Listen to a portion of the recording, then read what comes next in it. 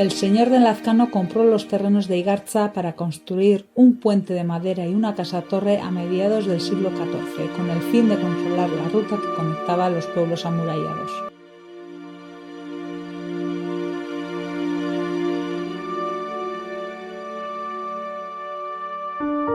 En el siglo XV, como consecuencia de la guerra de bandos, se cortó la casa-torre de Igartza por orden del rey.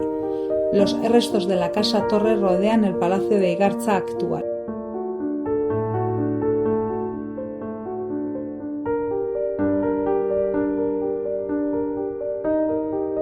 A comienzos del siglo XVI, la señora María López de Igartza ordena construir el palacio que se ha mantenido hasta nuestros días.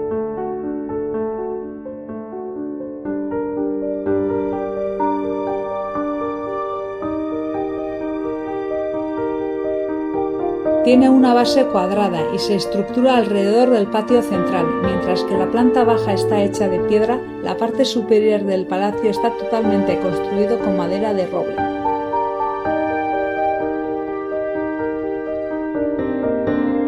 Encima del arco de la entrada principal del palacio se encontraría el escudo familiar. Se piensa que el escudo de María de Igartza sería el mismo al escudo del Gran Palacio de Amezqueta.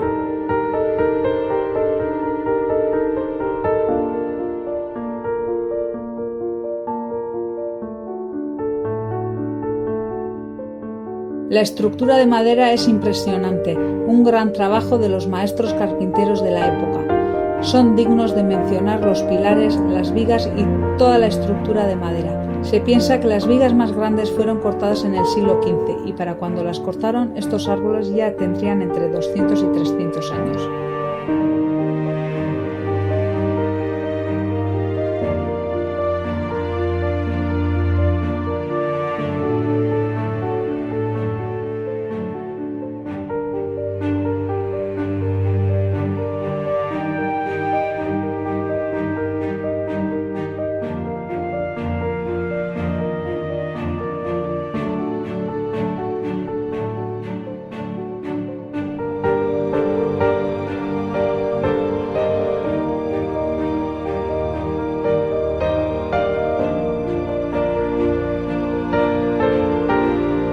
Se utilizó piedra caliza para separar las habitaciones de la parte superior.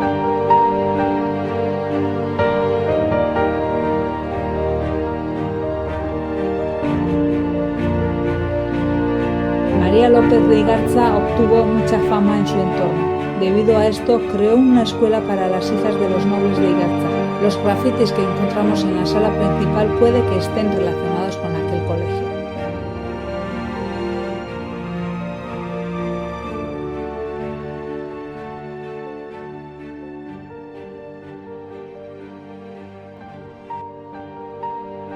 Entre 1996 y el año 2000, la Asociación Científica de Aránzazu hizo todas las labores de investigación y documentación, revalorando así el conjunto monumental de Igartza.